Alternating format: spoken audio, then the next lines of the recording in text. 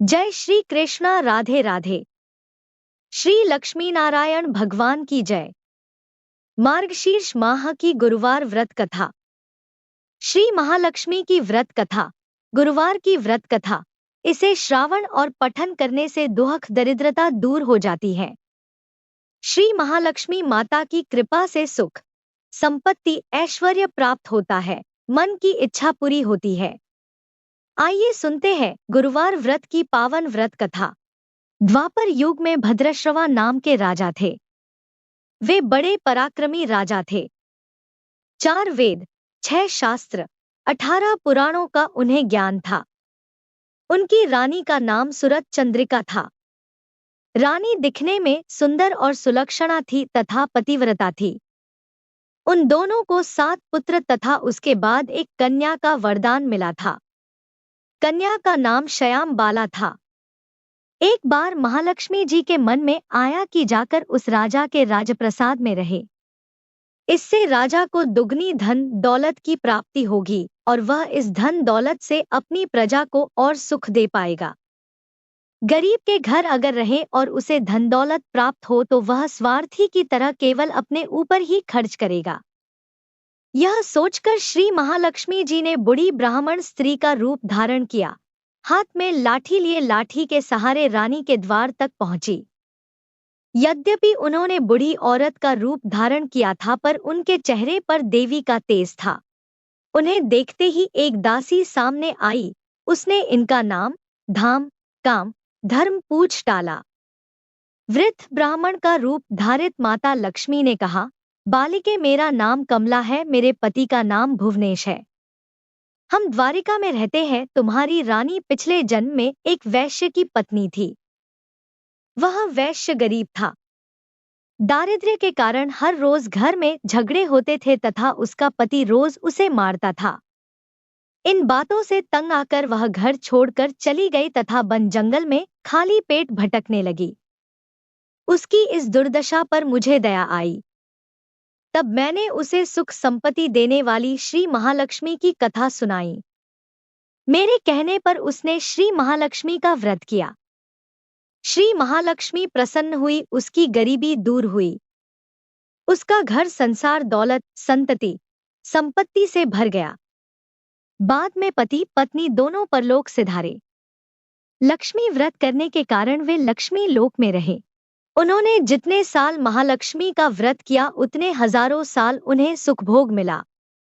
इस जन्म में उसका जन्म राजघराने में हुआ है, परंतु वह श्री महालक्ष्मी का व्रत करना भूल गई है। उसे यह याद दिलाने में यहाँ आई हूँ। बुढ़िया की बातें सुनकर दासी ने उन्हें प्रणाम किया तथा श्री महालक्ष्मी का व्रत किस तरह किया जाए इस बारे में पूछा। बुढ़िया रूप धारण किए हुए श्री महालक्ष्मी माता ने दासी को पूजा की विधि तथा महिमा बताई। इसके बाद वह दासी माता को प्रणाम कर रानी को बताने अंदर चली गई। राजवैभव में रहते हुए रानी को अपने ऐश्वर्य का बहुत घमंड हुआ था। संपत्ति तथा अधिकार की वजह से वह उन्मत्त हो गई थी। दासी द्वारा बताई गई बुढ़िया की बातें सुनकर वह आग बबूला होकर राजद्वार पर आकर बुढ़िया रूपी श्री महालक्ष्मी पर बरस पड़ी। इस जन्म में उसका जन्म राजघराने में हुआ है, परंतु वह श्री महालक्ष्मी का व्रत करना भूल गई है। उसे यह याद दिलाने में यहाँ आई हूँ। बुढ़िया की बातें सुनकर दासी ने उन्हें प्रणाम किया तथा श्री महालक्ष्मी का व्रत किस तरह किया जाए इस बारे में पूछा। बुढ़िया रूप धारण किए हुए श्री महालक्ष्मी माता ने दासी को पूजा की विधि तथा महिमा बताई। इसके बाद वह दासी माता को प्रणाम कर रानी को बताने अंदर चली गई। राजवैभव में रहते हुए रानी को अपने ऐश्वर्य का बहुत घमंड हुआ था। संपत्ति तथा अधिकार की वजह से वह उन्मत्त हो गई थी। दासी द्वारा बताई गई बुढ़िया की बातें सुनकर वह आग बबूला होकर राजद्वार पर आकर बुढ़िया रूपी श्री महालक्ष्मी पर बरस पड़ी। उसे यह मालूम नहीं था कि श्री महालक्ष्मी माता बुढ़िया का रूप धारण किए द्वार तक आई है, परंतु रानी का इस कदर रूख बर्ताव तथा अपना अनादर देखकर माता ने वहां ठहरना ठीक न समझा। वे वहां से चल पड़ी। राह में उन्हें राजकुमारी श्यामबाला मिली। उन्होंने श्यामबाला को सारी बात बताई। श्यामबाला ने अपनी ओर से श्री महालक्ष्मी माता से क्षमा मांगी। माता को उस पर दया आई। उन्होंने श्यामबाला को श्री महालक्ष्मी व्रत के बारे में बताया। उस दिन अघन मार्गशीर्ष माह का पहला गुरुवार था। श्यामबाला ने परम श्रद्धा से श्री महालक्ष्मी का व्रत रखा। फलस्वरूप राजा सिद्धेश्वर के सुपुत्र मालाधर से उसका विवाह हुआ। वह धन दौलत, ऐश्वर्य, वैभव से मालामाल हो गई। पति के साथ ससुराल में आनंद से दिन बिताने लगी। इधर श्री महालक्ष्मी का रानी पर प्रकोप हुआ। फलस्वरूप राजा भद्रश्रवा का राज्य एवं राजकरोबर नष्ट हो गया। यहाँ तक कि खाने के लाले पड़ गए। ऐसी हालात में एक दिन रानी ने राजा से निवेदन किया, हमारा दामाद इतना बड़ा राजा है, धनवान है, ऐश्वर्यशाली है, क्यों न उसके पास जाए, अपना हाल उसे बताए, वह जरूर हमारी मदद करेगा। इस बात पर राजा भद्रश्रवा दामाद के पास रवाना हुए। राज्य में पहुंचकर एक तालाब के किनारे थोड़ी देर विश्राम लेने के लिए ठहरे। तालाब से पानी लेने आते जाते दसियों ने उन्हें देखा। उन्होंने विनम्रता से उनकी पूछताछ की। जब उन्हें यह मालूम हुआ कि वे रानी श्यामबाला के पिता हैं, तो दौड़ते हुए जाकर उन्होंने रानी को सारी बात बताई। रानी ने दासी के हाथ राज परिधान भेजकर बड़े ठाट से उनका स्वागत तथा आदर सत्कार किया, खान पान करवाया। जब वे लौटने लगे तो सोने की मोहरों से भरा घड़ा दिया। राजा भद्रश्रवा जब वापस लौटे तो उन्हें देखकर रानी सूरत चंद्रिका खुश हुई।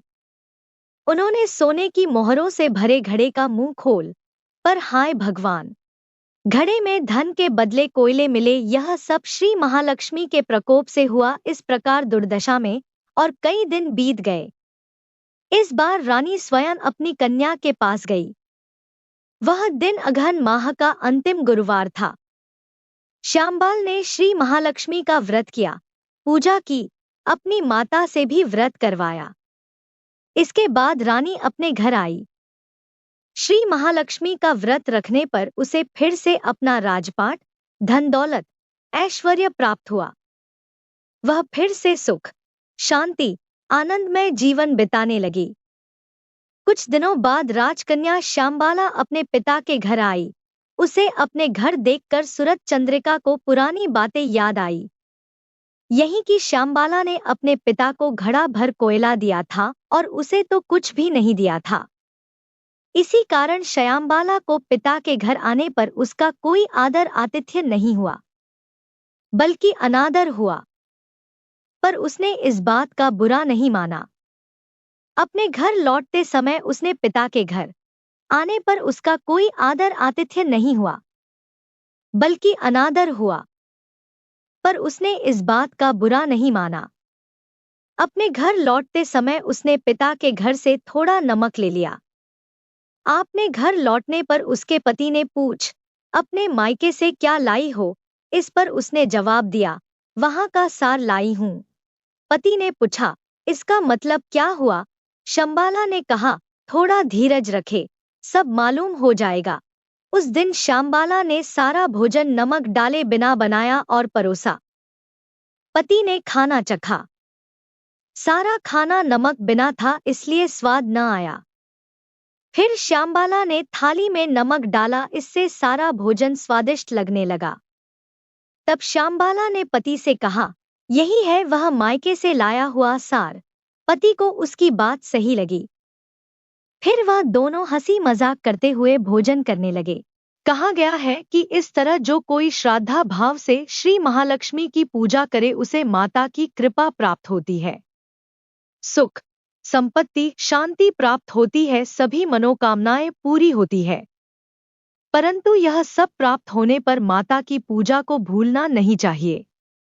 हर गुरुवार को व्रत पाठ अवश्य करना चाहिए। इस तरह श्री महालक्ष्मी की महिमा भक्तों की मनोकामना पूरी करती है।